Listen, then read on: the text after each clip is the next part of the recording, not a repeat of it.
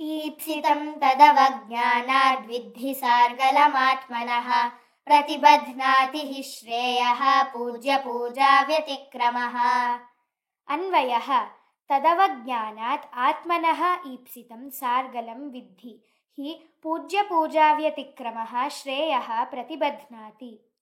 ಅರ್ಥಃ ತದವಜ್ಞಾನಾತ್ ಆ ಕಾಮಧೇನುವಿಗೆ ಅವಮಾನ ಮಾಡಿರುವುದರಿಂದ ಆತ್ಮನಃ ನಿನ್ನ ಈಪ್ಸಿತಂ ಅಭಿಲಾಷೆಯನ್ನು ಸಾರ್ಗಲಂ ಅಡ್ಡಿಯಿಂದ ಸಹಿತವಾದುದನ್ನಾಗಿ ವಿದ್ಧಿ ತಿಳಿ.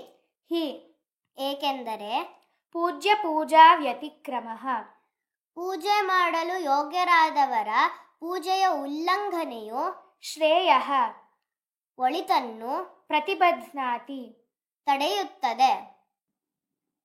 ವಿಗ್ರಹಃ ಈಪ್ಸಿತಂ ಆಪ್ತುಂ ಇಷ್ಟಂ ಈಪ್ಸಿತಂ ತದವಜ್ಞಾನಾತ್ ತಸ್ಯಾಹ ಅವಜ್ಞಾನಂ ತದವಜ್ಞಾನಂ ತಸ್ಮಾತ್ ತದವಜ್ಞಾನಾತ್. ಸಾರ್ಗಲಂ ಅರ್ಗಲಯಾ ಸಹಿತಂ ಸಾರ್ಗಲಂ ತತ್ ಸಾರ್ಗಲಂ. ಪೂಜ್ಯ ಪೂಜಾ ವ್ಯತಿಕ್ರಮಃ ಪೂಜ್ಯಸ್ಯ ಪೂಜಾ ಪೂಜ್ಯ ಪೂಜಾ ಪೂಜ್ಯ ಪೂಜಾಯಾಹ ವ್ಯತಿಕ್ರಮಃ ಪೂಜ್ಯ ಪೂಜಾ ವ್ಯತಿಕ್ರಮಃ.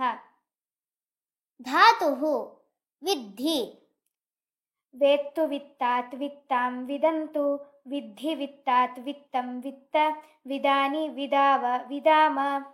ವಿದಜ್ಞಾನೆ ಇತಿ ಧಾತೋಃ ಸಕರ್ಮಕಾತ್ ಕರ್ತರಿ ಪರಸ್ಮೈಪದಿನಃ ಲೋಟಿ ಮಧ್ಯಮಪುರುಷೇ ಏಕವಚನೆ ವಿದ್ಧಿ ಇತಿ ರೂಪಂ.